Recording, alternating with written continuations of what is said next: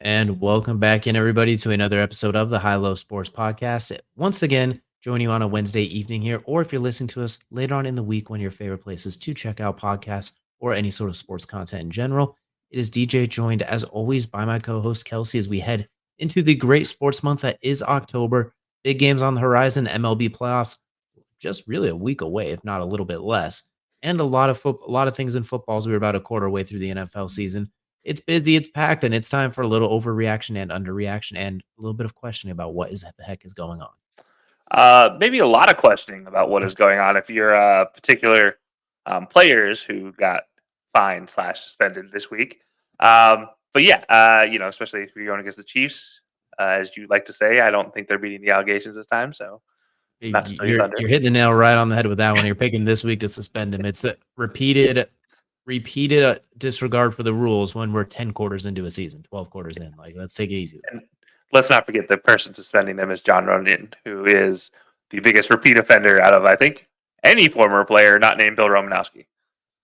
They're already missing both tackles and potentially the quarterback. Let's just be safe, though, and take the all-pro safety out as well. Yeah, just in case. But safety. It's always a fun time. Week 4, week 5 for football or for college football. So yeah, always a good time. Absolutely got some big matchups in college football. It's Georgia and Alabama, the only team to beat Georgia in the regular season the last 2 years. Well, not even the regular season, just in general the last 2 years. You know what? We're gonna see what they're made of this year as well too. I think it's gonna be fun. Two teams a little bit different, both coming off some weird games. We'll have a lot to check out there. But before we get into we're gonna get back on track now, and that's gonna take us into the first part of the show. That is the tip off. The tip off, of course, brought to our friends over at SeatGeek. Use code BellyUpSports for $20 off your first set of tickets to any sporting event, concert, or just about anything that requires tickets. And we've talked about the good, but they're killing the cats in the NFL right now. The Panthers are 1-2, and then the Jaguars and the Bengals are sitting at 0-3. Can't seem to catch a break. The Bengals with a disappointing Monday night loss to the Commanders, in which they did not punt the ball and still lost. The Jaguars, a disappointing Monday night loss in the exact opposite, where the best thing they did all night was punt the ball for the most part. So we look at both teams. We're going to go and start with the Jaguar. We're going to start with the Bengals, actually. We'll start with the team that had higher expectations for the most part. How in the world did we get here? Like, this team is supposed to be 0-2 or 1-1. They're supposed to struggle at the beginning of the season. But even 0-3 is kind of, you're outdoing yourselves a little bit on this one, Cincinnati. Like, this is not the Kentucky special. Like, this is a little bit, you're going a little overboard here. Yeah, this is a little wild. But you know what? It kind of fits the bill for Joe Burrow staying healthy in a season and how they start out a season. Obviously not 0-3, ideally, but he has yet to win his first 2 games in seasons he's played the full season for. So kind of a wild thought. But then on top of that, I don't know, man, this is wild because you have Jamar Chase is playing. T. Higgins is finally back. You thought it was going to be that moment where they clicked together in the first game and they laid an egg. And their coaching staff, look, there's been questions about Taylor for a while now. I think those questions are getting hotter and hotter every single time this happens. And then the defensive side of things, you wonder, what are they doing in half of those matchups? Not saying Jaden Daniels didn't play a great game. He played a great game. Taking nothing away from him. Nothing away from that Commanders team. But let's be honest in saying the fact that the Bengals had opportunities in the offseason to fix their defense, let those go. Thought, all right, we'll ride with the young guys. And it's not looking too good for them right now. Their young secondary has holes. Defensive line is okay at times. Not great. Linebackers, okay. They're there. They're serviceable. More like tackling dummies than anything else. But, yeah, it's, their offense, I think, is going to get itself figured out. Jamar Chase didn't play an offseason. That's just part of this. So this is the new NFL. Week 1s and 2s are going to be slow. And before you know it, they're going to have 5 preseason weeks because they're tired of teams that are supposed to go 2-0 are going 0-2 because nobody played in the preseason. Like, we're getting back to the same cycle again that we did the first time around when they had extended preseason. So yeah, I mean, there's a lot of problems for the Bengals, but I think it starts with the top. Go to coaching staff, and you got to go from there because there's nothing that Taylor's doing and nothing that defense is doing that are surprising anybody. And Cameron Taylor-Britt called Jaden Daniels said Jaden Daniels runs a college offense. If I'm looking at the Bengals right now, I'm going to say they're running a college program at best, we're talking about a D3 college program right now in comparison to the rest of the NFL. The rest of the NFL is D1. They're looking at D3 as far as their actual structure and feels like comprehension of a playbook is just not there. So, yeah, they got to figure that out. Maybe they're just making bad calls. Maybe I'm being over dramatic, but there you go. There's your overreaction for week 3. What's interesting is they say it's a college offense. That means it should A, be easier to stop. B, you look at the passing chart, and 85% of Jane Daniels' passes are to the right or right center. It's not like it's going all over the yard. In theory, you should be able to stop that, but you still have no answer for it. So whether you want to call it a college offense or not, that's an indictment on your defense that could not force them to punt. They scored on every single drive minus the kneel downs. Like that's an indictment in itself at that point. Jane Daniels has been awesome so far to start the year. Completion percentage is great. The offense is basically tailor-made to do what he does well, and he has done it very, very well. And when he needs to, he's just like, "Oh, shoot, I'm gonna go beat Jane Daniels in open space," and it works. And he hasn't had any of those almost Warner Brothers cartoon-esque hit sticks where his body flails in 19 different directions. So Yeah. that's an indictment on the Bengals defense for losing to the college offense and getting absolutely toasted by it.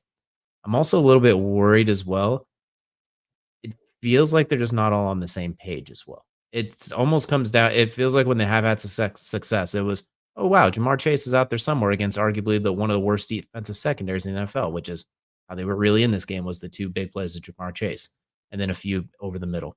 T. Higgins, I know he's coming off the injury, but there was some, it's like flashes. He's not quite the same T. Higgins that we've grown accustomed to right now. I don't know if it's just the preseason, the hamstring injury, but I want to see him get more involved too.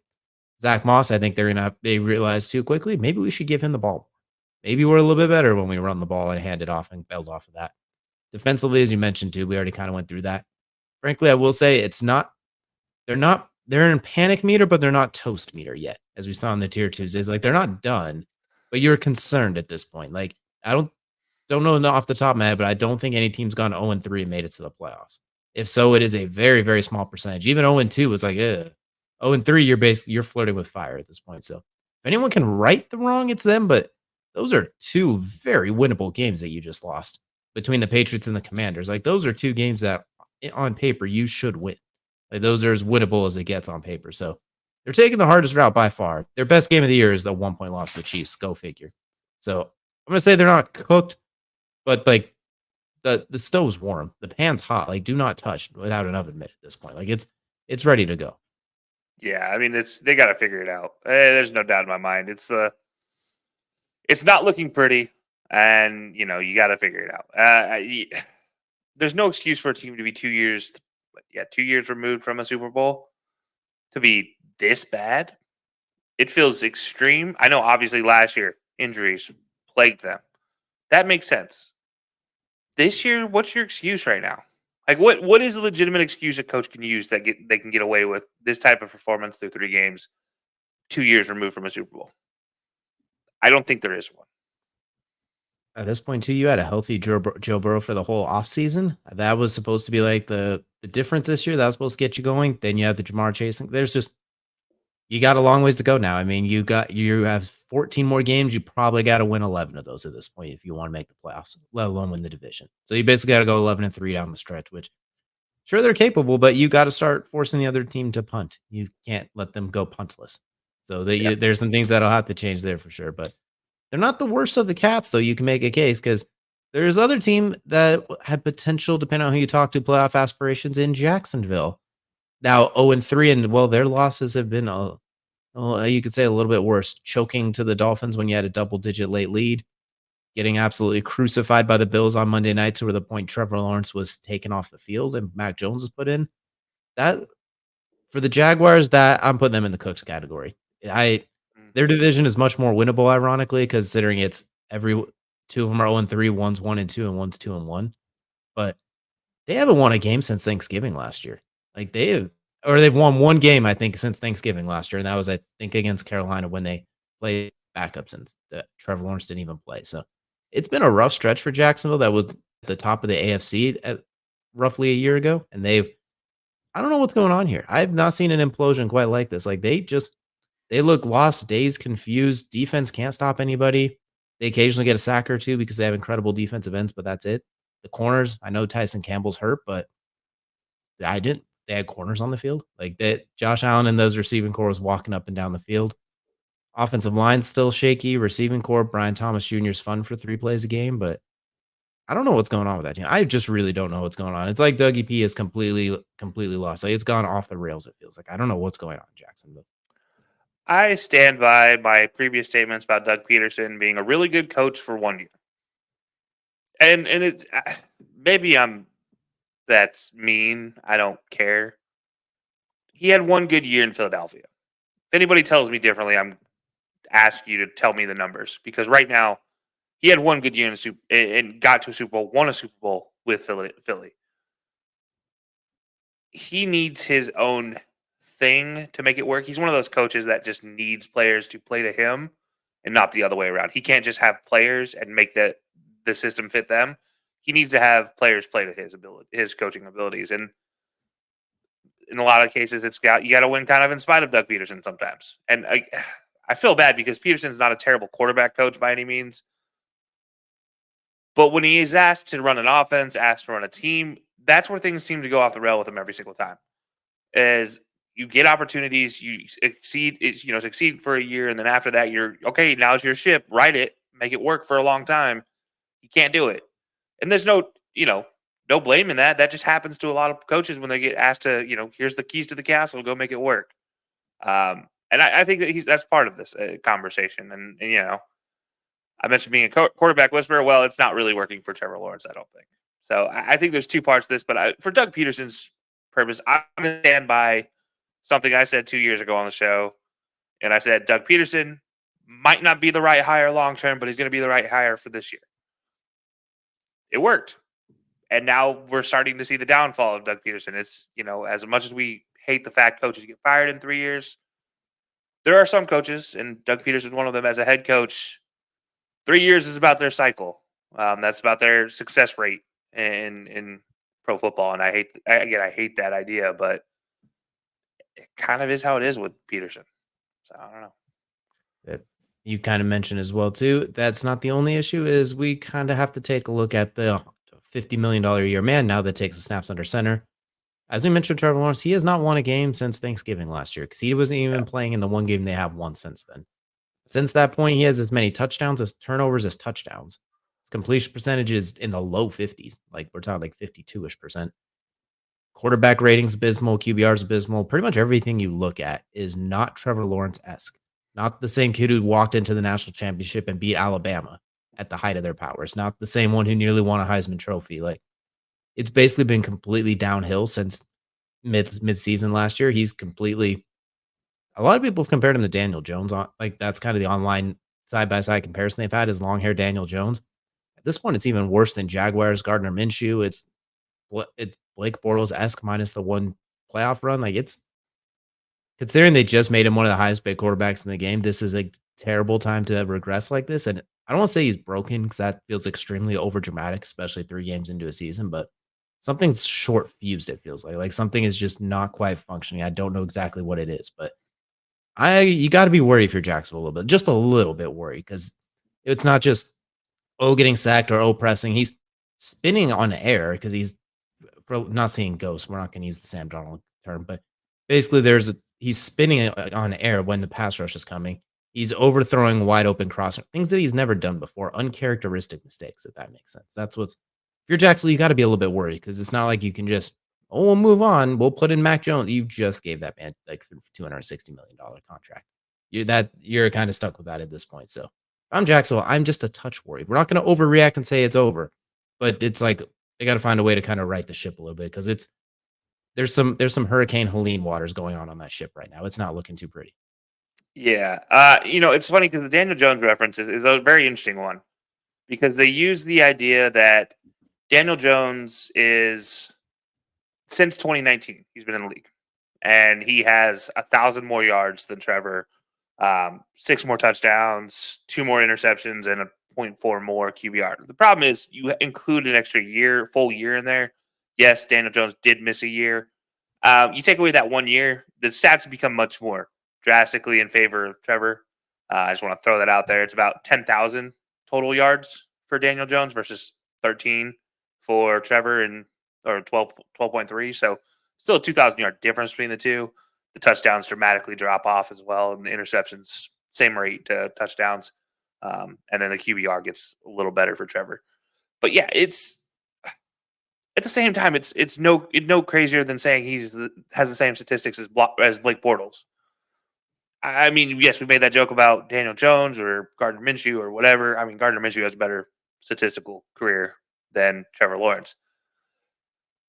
Trevor Lawrence is one of those unique situations, though, because you have to throw out a year in his career.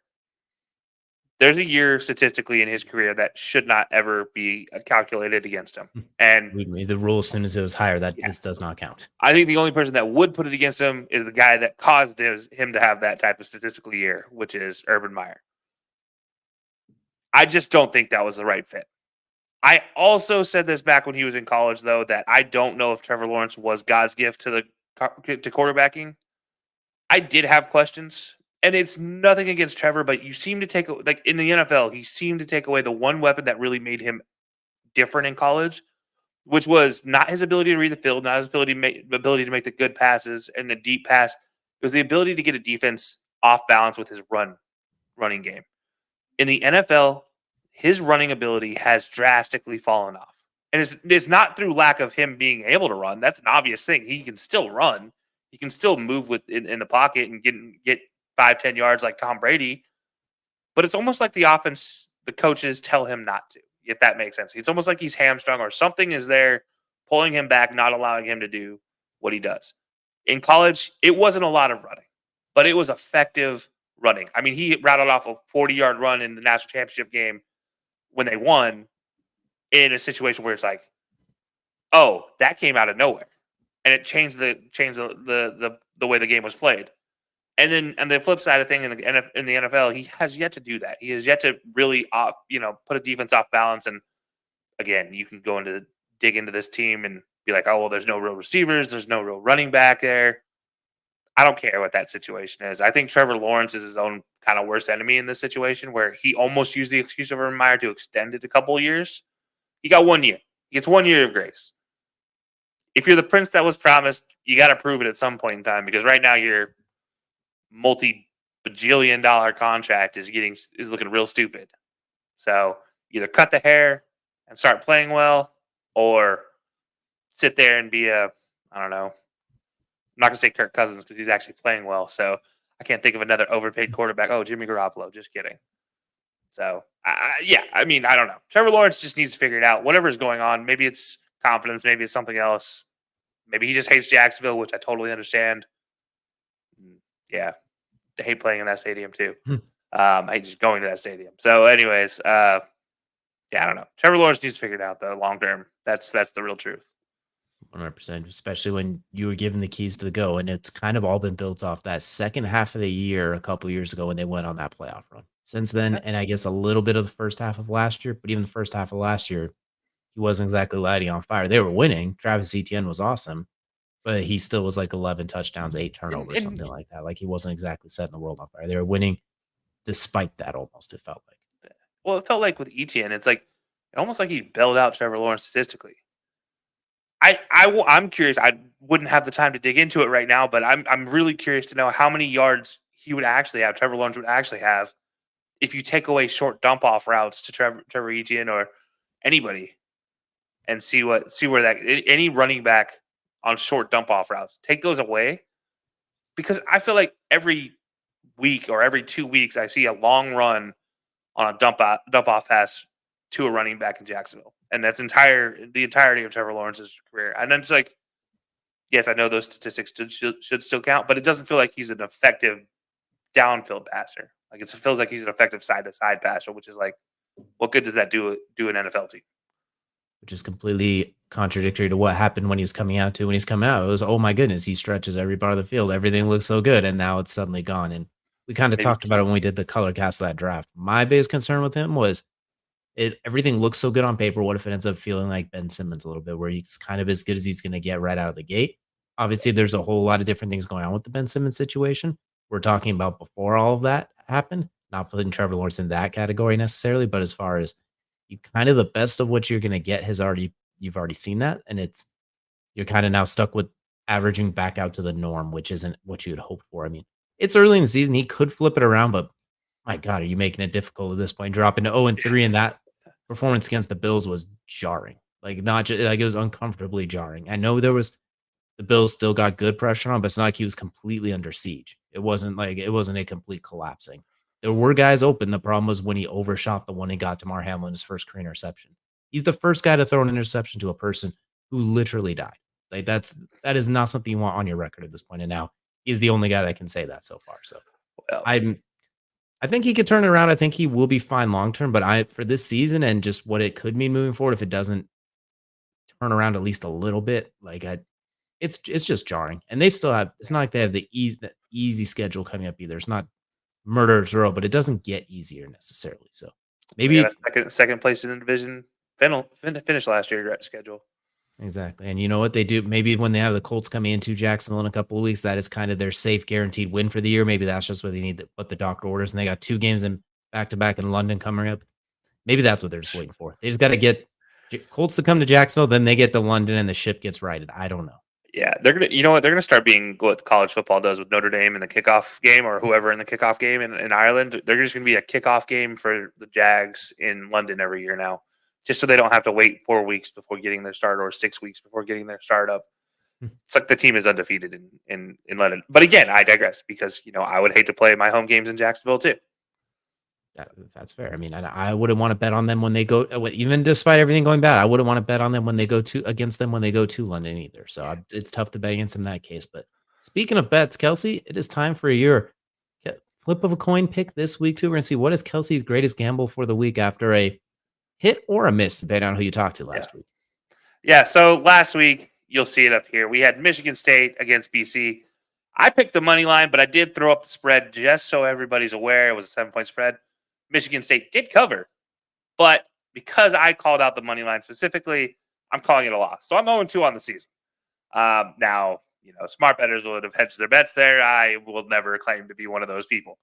So this week, I'm going to ride that same idea, and I'm going BYU, the only top 25 team in the nation that is going into a matchup this week as the underdog, which is wild to me. Absolutely wild to think that a number 22 team in the nation is coming into a game at Baylor as an underdog, 3.5-point spread, which does give them the underdog credentials by a 0.5 point, but also in the money line, 142. It still says MSU money line. It's BYU. But yeah, so I'm taking BYU money line here. I think it just makes sense to put them up here. But yeah, I'm going BYU. I'm going to ride with this one, number 22 team in the nation, and we're just going to see what happens because at this point in time, I'm counting on those fighting Mormons to pull something out. Honestly, after Baylor is like 5-15 in the last 20 or something like that, and they were favorites against Colorado and choked that one away 3 times over. Basically, they found every potential way to lose that game. I'm going to take the opponent against them. I'm going to feel real comfortable about that, especially when you give me a ranked team like BYU. So you know what? We're going to plug that one into the apps right now as well. That one feels real comfortable. I feel like that'll get the flip of a coin to either 2-1 or 1-1-1, depending on how you want to rate this one. Yeah, we'll call that one a push. We'll call that middle one a push. How about that? But yeah, and funny you mentioned Colorado because that was one I was really looking at. Plus 425 for Colorado in this week's game, which is a crazy thing when you consider the fact Colorado is still undefeated, technically speaking. Outside of Nebraska. Okay, outside of Nebraska. We don't count Nebraska right now. If you ask Dion, he's undefeated. But no, okay. 1 loss on the season. Still a really good team. And they're going back to Florida. They're playing UCF. My only hesitation is UCF at home is a really good team. But if there's going to be one I'm picking a plus 425 on, it might be Colorado. Absolutely as well, too. They're an interesting one because you bet you either the spread's way in their favor, weirdly like against North Dakota State, where it's like, okay, I'll take those chances. Or it's in this situation where it's like, oh, you're going to give them those numbers? Okay, I feel comfortable trying those. They're a very interesting one when it comes to the betting lines to look out for. So we'll definitely keep an eye moving forward with them. But that's going to do it here for the tip-off, and that's going to take us now into Kelcey's second favorite part of every show, and that is the main event. And for the main event, last week we talked a little bit about quarterbacks and the downplay in quarterbacks we've seen. Joining them has kind of been the tight ends as well, too, and not as significant. We're not going to go too far. We're not going to say the tight ends are terrible by any means, but just let's take a look at some of the numbers here. On the season, tight ends have scored 13 touchdowns through 3 weeks. 13 are tied at 1 touchdown apiece. The rookie receivers alone have scored 13. Marvin Harrison Jr., Malik Neighbors, Roma Dunze, Xavier Worthy, Jalen Polk, all those guys have combined for 13, with multiple tied at 3. All the tight ends have scored 1. And that means guys like Brenton Strange are tied with Isaiah Likely, guys like that, Dalton Kincaid. They're all kind of tied there. The notable ones that have been missing have been Mark Andrews, Sam Laporta, Travis Kelcey. Those are the ones where it's like, where are they? We have not seen them do it. They're average. If we want to do a fantasy term for it, they're averaging, I think it was 4.5, and 4.8 points per game each. It has been a miserable season for them out of the gate. And just comparing that to last year through 3 weeks, tight ends had 25 total touchdowns. 5 different ones had multiple touchdowns, including TJ Hawkinson, who led the way with 3 at the time. Last year, rookie receivers had 10 total touchdowns. 3 of them had multiple, including Tank Dell and Jaden Reed. So right now, it's definitely a complete and utter switch. I think part of that is going to be the quarterback play we talked about last week. It's a little bit down from what's been the last few years. On top of it, it just feels like tight ends aren't as involved anymore. It feels like when we look around for a tight end to get involved, it's like, where's like the tight end stick routes? Where's that high low over the middle to tight ends? And I think part of that is with the defenses we talked about is where they're getting depth and then just sprinting right down because they know the quarterback's going to go 1-2 check down, or they're going to sit there and try and force it downfield into the high safety looks. They're not going to process read look off quite to the same degree as we're used to. So I feel like they're almost taking away that easy tight end route that'll give you 15 and then giving you the running back or the shallow cross that'll give you 4. And I think it's been extreme hindrance to the tight ends because, and on top of that, I think a lot of those big names we just talked about are virtually non-existent. Mark Andrews had 0 catches last week. He had, I think, a target, if that. Isaiah Likely had one catch one target. last Yeah, one week. target last year. All right, not one target. Maybe it was Isaiah Likely who had the one target then. Yeah. Other than that, non-existent, basically. Dalton Kincaid finally got on the board, but was quiet for 2 weeks. Travis Kelcey has, 12 catches on the season, 13 or something like that? Something miserably low like that. Sam Laporta has yet to get into the end zone. I think the guy who led the tight ends in touchdowns last year. It's been Evan Ingram has played, I think, for 3 quarters or 4 quarters. He hasn't got a chance to play much either. Dawson Knox, limited action. Just going down the line, like every tight end you would think. Kyle Pitts got in the end zone. That's how you know hell's freezing over. He got in the end zone week 1, and then since then it's been quiet for him too. It's been a very odd year for tight ends. It feels like they're almost being phased out, whether it's to keep them in pass protection or just the way defenses are playing different zones. They're supposed to be the quarterback's best friend, as you say, and it's been unfriendly quarterback play for the most part this year outside of Andy Dalton. And it looks like it's kind of showed in the tight end position, especially outside of Brock Bowers, who's been the anomaly as a rookie. Which still, again, Brock Bowers struggling as far as long-term things go. He's tied also with 1 touchdown on the season. I think he's like 18th in tight ends right now. It's interesting though, because we've talked about it. Now we talked about quarterbacks last week. We also talked about the run game recently and the rise of the run game. And I think that's worth talking about in this conversation as well. Because what is a tight end's job, everybody? He is to be a more agile, pass-catching lineman. That's his job, which means run blocking, and more run blocking when it comes down to it. I also think that there's been more athletic linebacker and safety play and what I mean by that is there's a lot more hybrid-type safety linebackers than there were previous. And what I mean by this, if you look at the corners across the league, much weaker class of corners than there are of those linebacker safety hybrids. So most people that match up with a tight end are those linebacker safety hybrids. Those are the ideal player to match up with them. And it seems like in the passing game, these guys are getting locked up. They're just running option routes. They're not really running anything. It doesn't feel like tight ends are being asked to run a route tree anymore. It feels like they're on a 2-man, 3-man route tree. Like you would have seen Dan Campbell running back in the day. And I don't know. It's weird to watch the tight ends, but as you mentioned, I mean, the big 3, Mark Andrews, George Kittle, Travis Kelcey.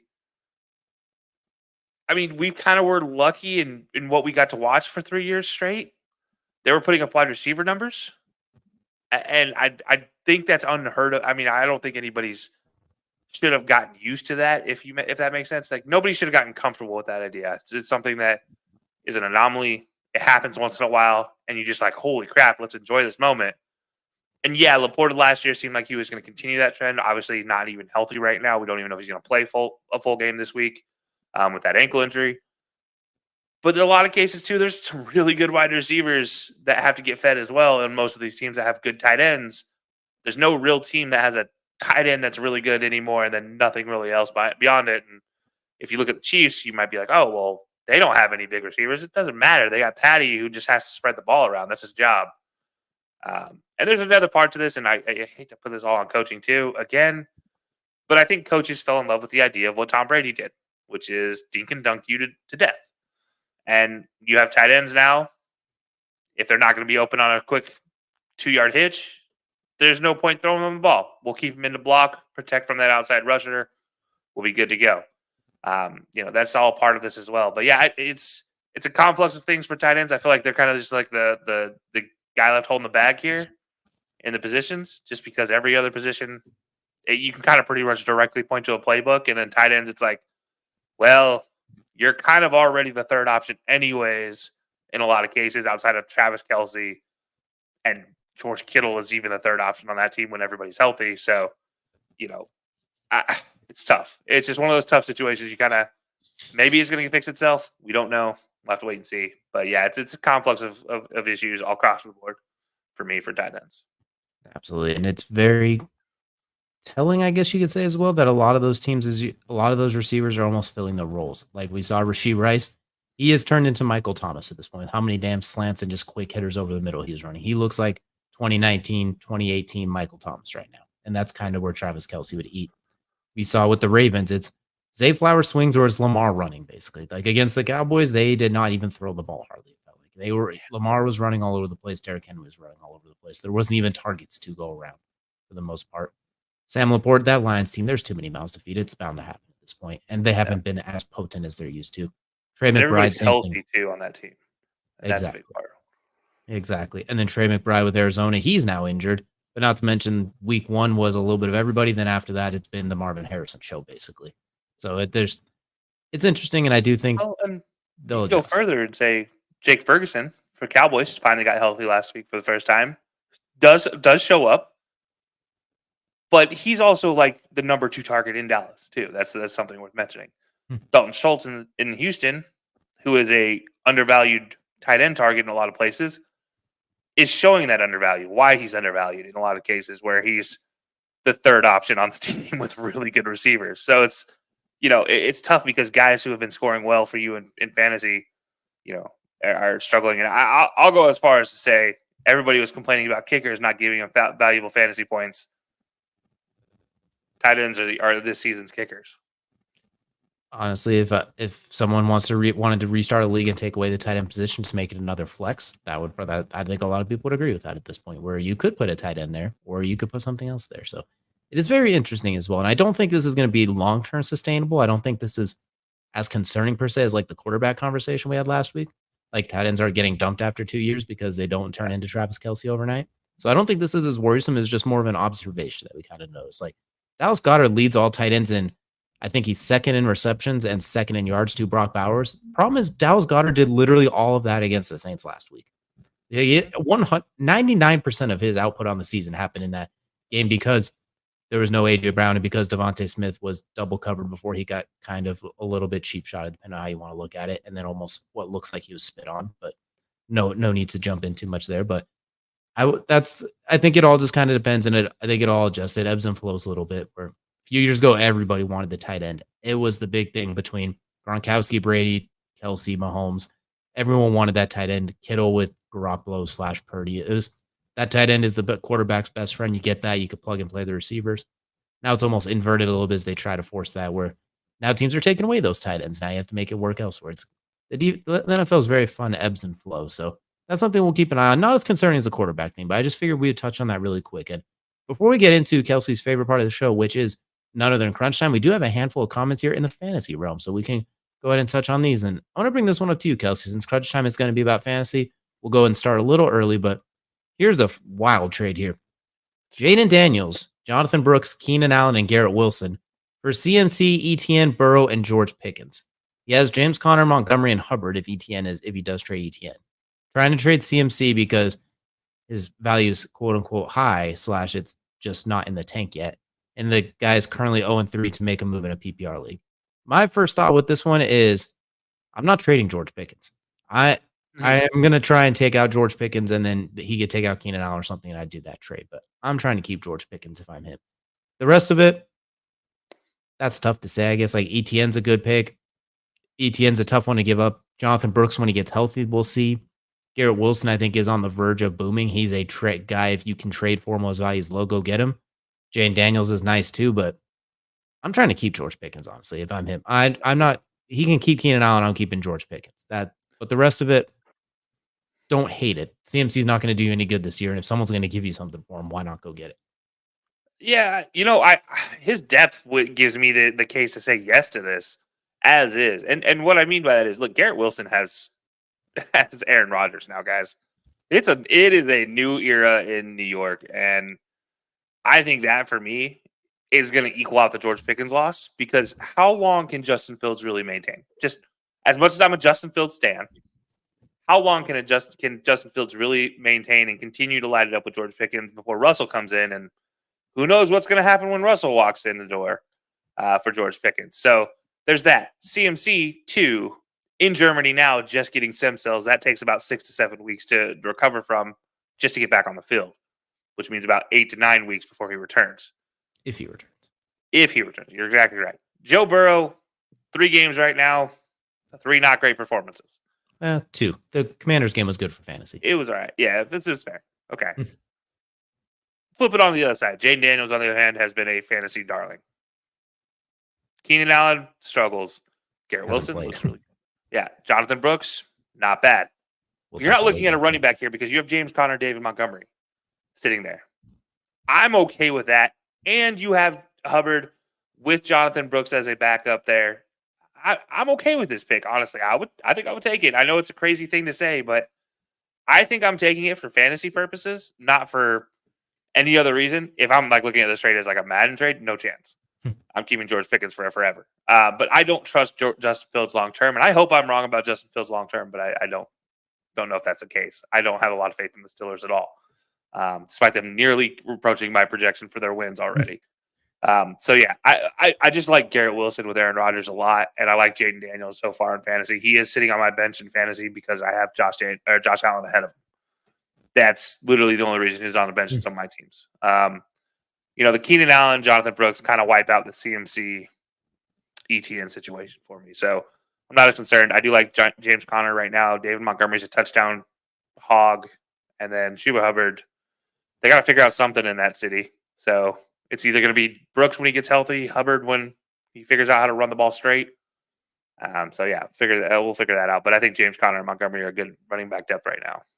It's definitely a very interesting trade. I do think I'm on Pickens, and when we did fantasy, a lot of the fantasy Fridays leading up, and we did our live fantasy draft, I talked about how even if Justin Fields doesn't play as efficiently as he has right now, one thing about him, regardless, he's going to put it up for receiver 1. DJ Moore misses him a lot right now because when in doubt, he just throw the ball his way with reckless abandon. And Russell Wilson kind of does that a little bit too. So I'm hoping in that case it works out. Garrett Wilson, I think, as we talked about, he's the best player because he's healthy right now in this trade, I think, with the highest boom ceiling. We finally saw it start to get going a little bit against that Patriots game with him and the Aaron Rodgers connection. And that's with Christian Gonzalez out there. He has not had an easy route. I think Garrett Wilson's bound to boom. Yes, I think I agree with you on Garrett Wilson, bound to boom part. But I don't think he's the biggest upside player. I do honestly think it's Jaden Daniels. Because Okay, I don't think he's outside of quarterback then. All right. Yes. Yeah. I should because I don't know what his other quarterbacks are outside of Burrow, but fair point. But as far as like the other players involved in there, I think Garrett Wilson has an incredible boom factor, which you could buy him while his value is low right now, like it is. Go do it. Like if someone's pissed at Garrett Wilson because he's scored like his highest 13 points on the year, and you took him in round 2, go get him. His route participation's among the best. His air yards left on the field is high. There's a lot of opportunity there. It's just bound to click. And they haven't exactly had an easy schedule for him for receiver 1. The 49ers with Ward. We talked about Gonzalez as well. Like it has not been an easy. He's had the number 1 really elite corners following him around and defenses leaning towards him. And now Aaron Rodgers said, okay, I will literally throw Allen Lazard every single play if you do that. And they will soon realize that Alan Lazard and Aaron Rodgers can somehow beat you in the most annoying way, which will open it up for Garrett Wilson. Yeah. And by the way, let's not forget Garrett Wilson has a touchdown opportunity in every single game so far. Every game. And he's So capitalized on the hardest one, weirdly enough, too, with Aaron Rodgers throwing the best ball of the season, arguably. yeah, I mean, but it's worth mentioning, and one of those would have been a 40-yard bomb. I mean, that's you talk about potentially double points depending on your league settings. But yeah, I mean, if you just go by best in this one, Jaden Daniels, Burrow, I think the nod right now in fantasy goes to Daniels. Garrett Wilson, Pickens, I think the nod right now goes to Garrett Wilson. And then you go to Keenan Allen versus Etienne. I'm gonna say when healthy, Keenan Allen, but right now probably Etienne. And then Jonathan Brooks, CMC. Jonathan Brooks looks like he'll get on the field sooner than CMC will, so probably some plus there. I mean, yeah, it's going to suck back into the season if all these guys that you're sending out gets really good. But if you're 0-3 right now, you're trying to make a move. You might not have an end of the season if you don't make this move. That's it. Since he said he's currently 0-3 and trying to make a move in PPR, I think Garrett Wilson's a better PPR receiver. He's not as George Pickens is going to make those big plays. He's going to have 5 catches for $120. Garrett Wilson's more likely to give you 9 catches for 105, which is going to equate to more fantasy points and a touchdown opportunity. So when you're 0-3, make the move. CMC's killing you right now, and you probably took him number 1 overall. So go ahead and shake things up at this point. And we got one more quick one as well. Kelcey, we're going to do your favorite part of fantasy football. We're going to set a lineup really quickly. So here is the guy. Set the lineup if we want you to. We're going to go just down the list. Quarterbacks, Jordan Love or Kirk Cousins? I'm taking Kirk Cousins because I'm still not sure if Jordan Love will play, and I'm worried about even that first game or two back with the knee injury. And Kirk Cousins is starting to look good. So I'll take Kirk Cousins. Yeah, Kirk for me right now.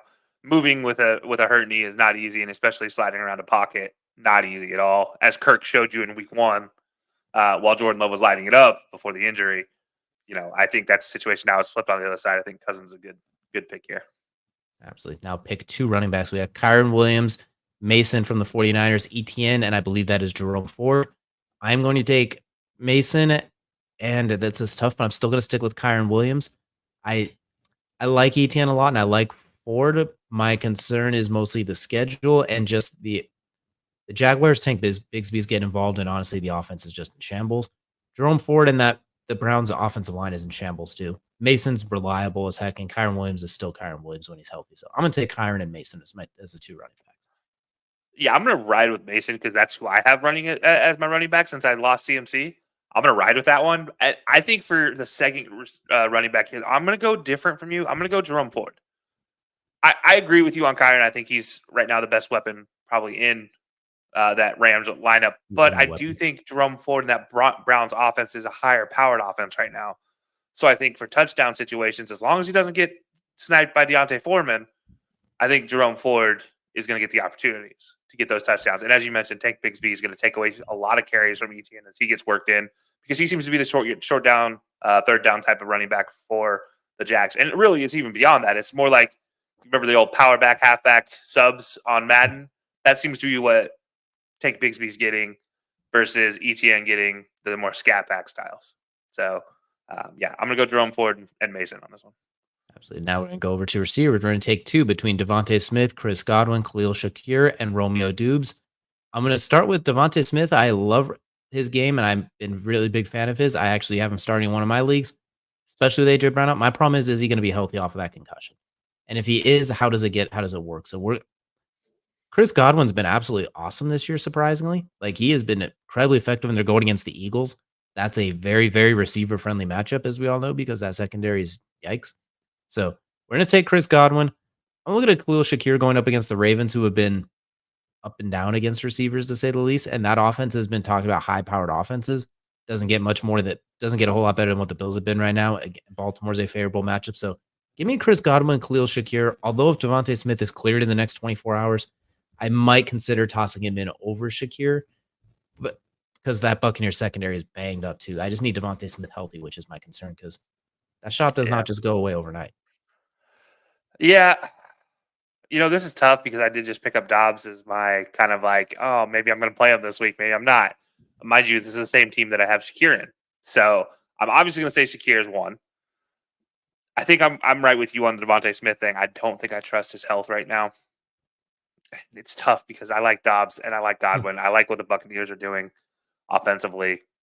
And I like what Baker's doing offensively. and he's been the highest scoring quarterback so far, by the way, this season, which I think is wild. I'm going to go Chris Godwin. I think that trend continues because if they're going to continue to double Mike Evans, I think Godwin's going to continue to eat.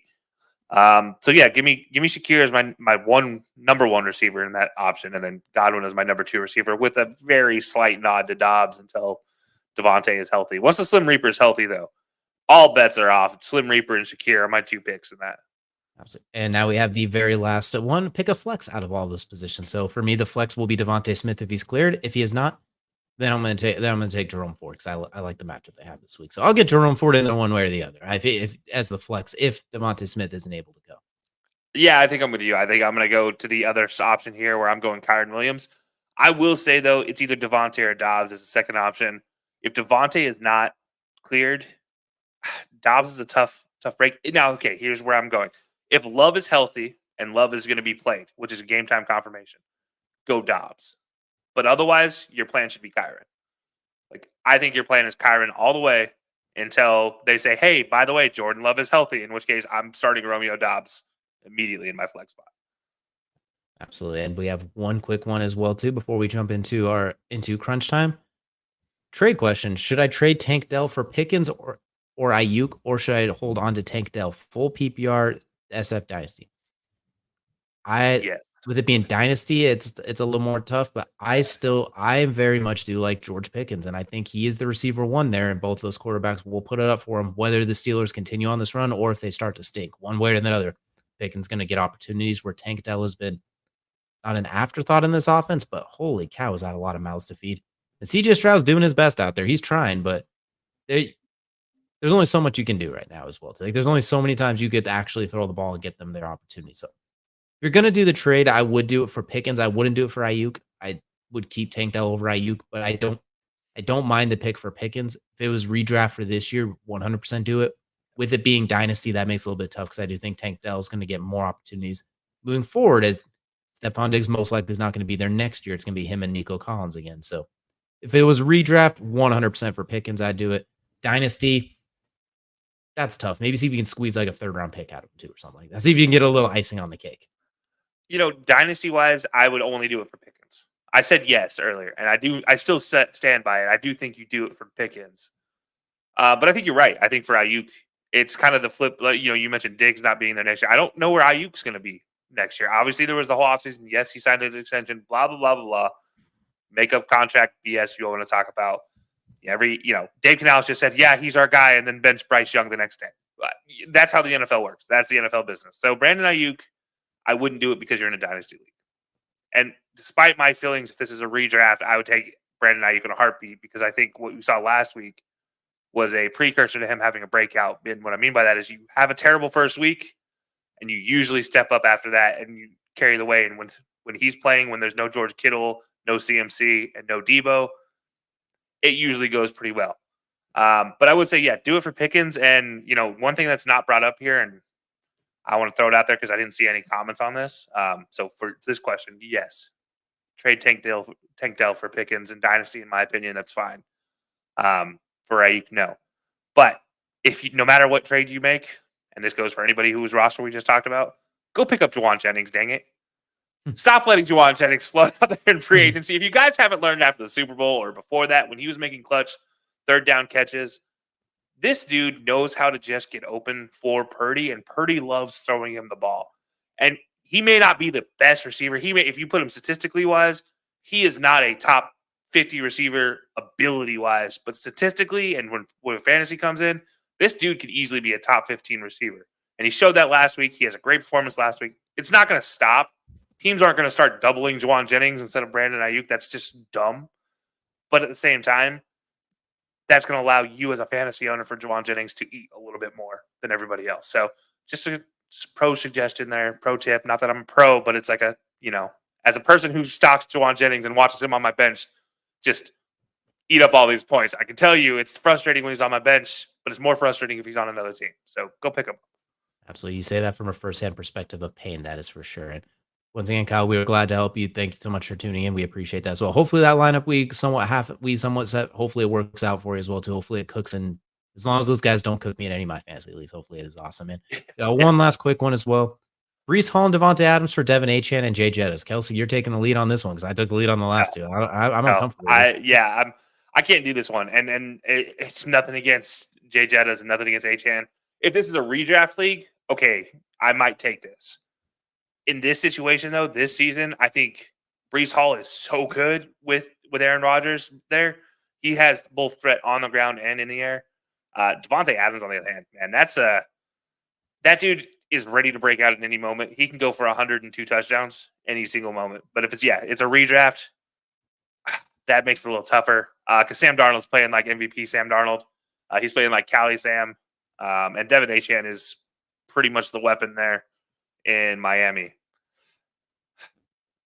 If it's full PPR, let's say yes. Full PPR, I'm going to say yeah.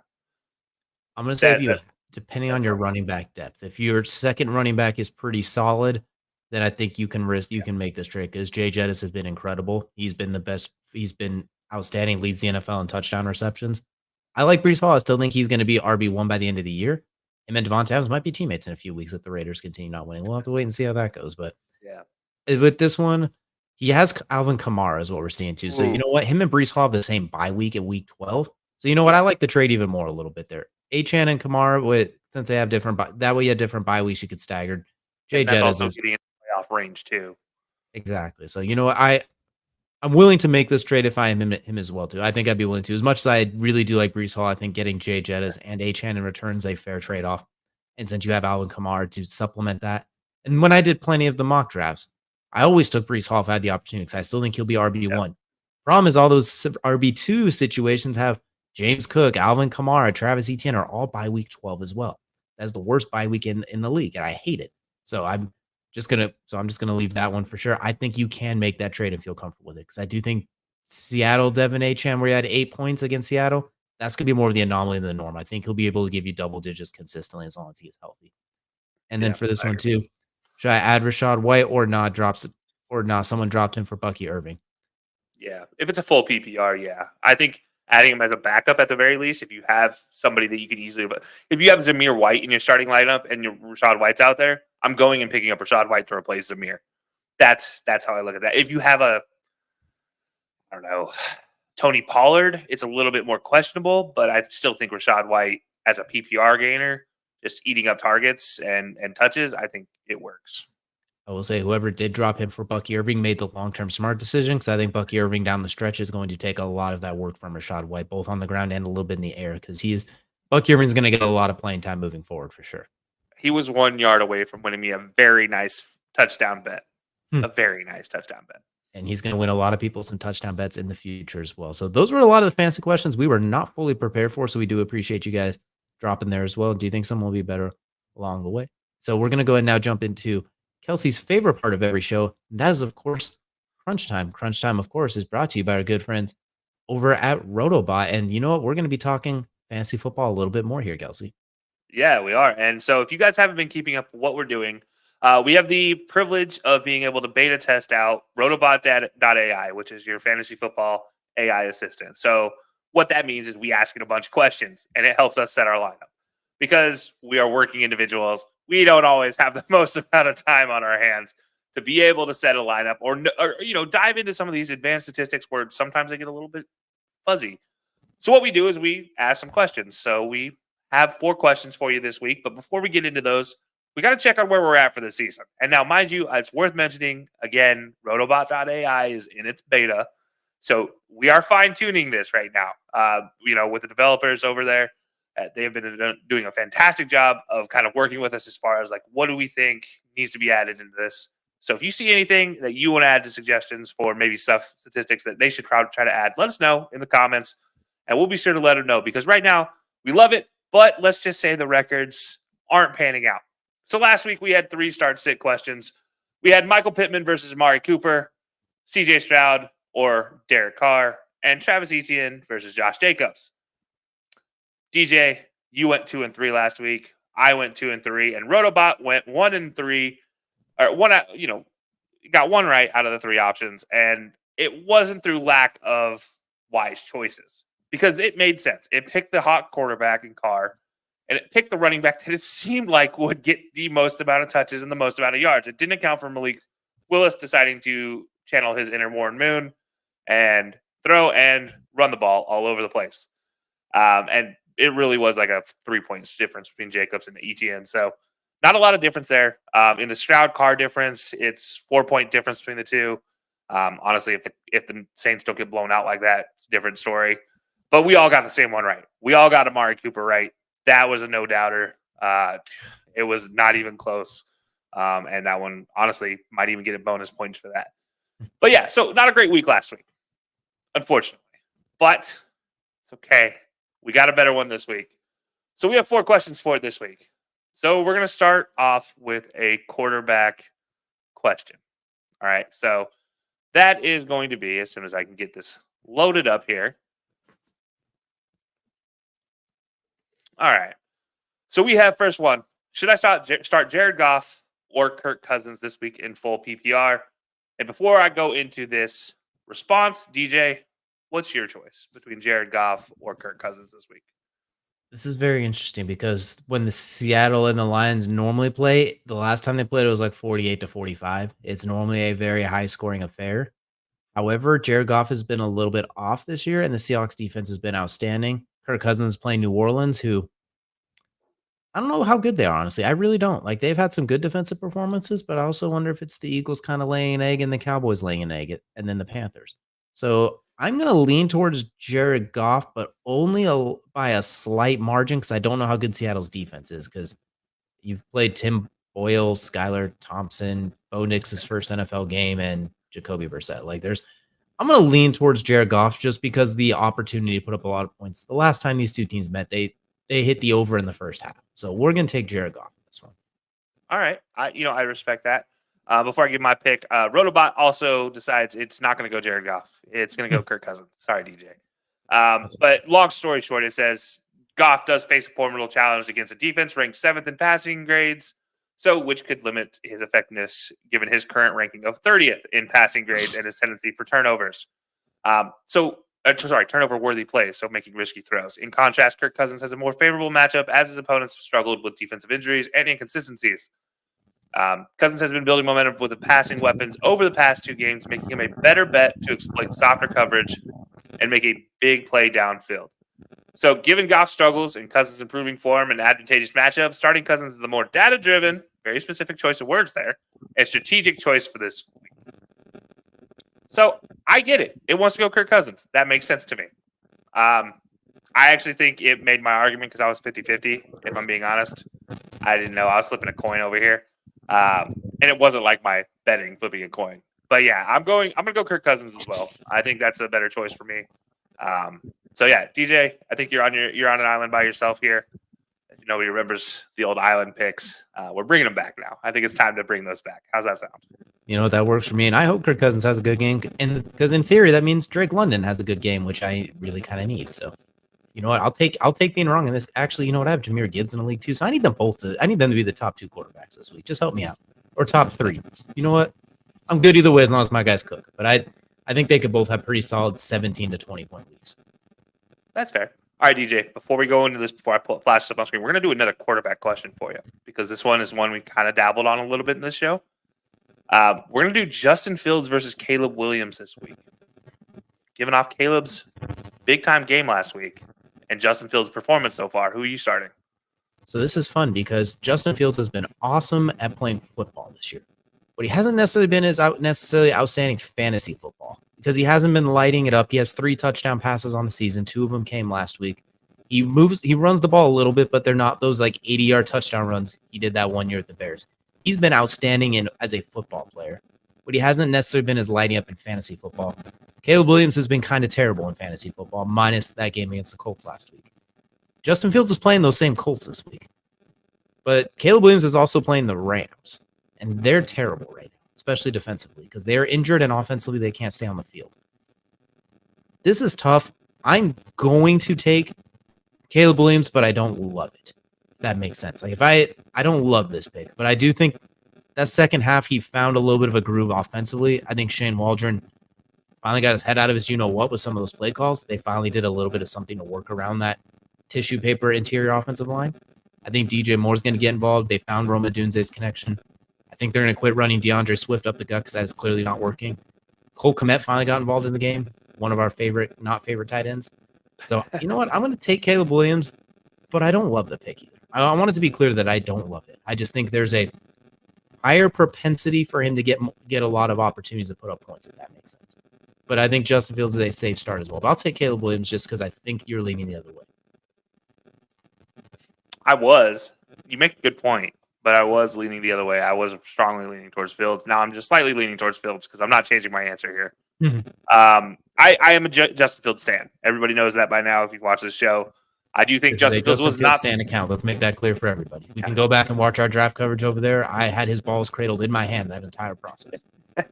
But yeah, no, look, I don't think he was ever the problem in Chicago. And I think Caleb Williams is suffering from what is the true problem in Chicago, which is there is no offensive line in Chicago. There is no running game in Chicago. Therefore, these pass rushers are able to tee off on Caleb. There's no, I need to hold the pocket versus Caleb. No, there is just pin my ears back and go tackle the quarterback and strip that ball out. Whereas Justin Fields, they do have to worry about a running game. It's not a great running game right now, but it's more of a running game than you're getting from DeAndre Swift right now. And I think when you add in Justin Fields' legs versus Caleb's legs, I think the edge obviously goes to Justin Fields. And then I just think they're pure and unadulterated passion for throwing the ball into stupid situations gives Caleb a nod for turning the ball over more times than Justin Fields. And it's not very big. This margin in turnovers between the two for me is very slim. But I do think Caleb will turn the ball over in this game. And I think Justin's been doing a good job of the smartest, efficient football he can possibly play, which is get first down, get down. Throw a ball, get first down, get to the line, run it again. Keep running it, keep running it, keep running it. Don't turn the ball over. Very efficient, very effective, smooth, as the kids nowadays like to say, very demure. But look, I'm going to go Justin Fields on this one for me. So you're going Caleb, I'm going Fields. And I'll flash this up here now. I will warn you, like I said, this is a beta situation, guys. So some of the language isn't correct. But that's okay because the message is still true. This one says you should start Justin Fields over Caleb in full PPR format. Fields facing Indianapolis Colts, whose defense ranks poorly in key areas. 22nd most passing yards and 23rd most passing touchdowns. Fields projected 16.6, leveraging both his passing and rushing abilities. Caleb, on the other hand, this is where the beta, the language sometimes gets a little messed up. But that's okay because we got this fixed. So Bears defense that has allowed just 4 sacks over 3 games has a strong home field advantage, having won 6 of the last 7 at home. But yeah, it goes into saying that the favorable matchup is for Fields against that weaker Colts defense, and his dual threat ability is why they're going to go with Fields. So, yeah. Can't argue that. That Colts defense stinks. That's always a safe bet.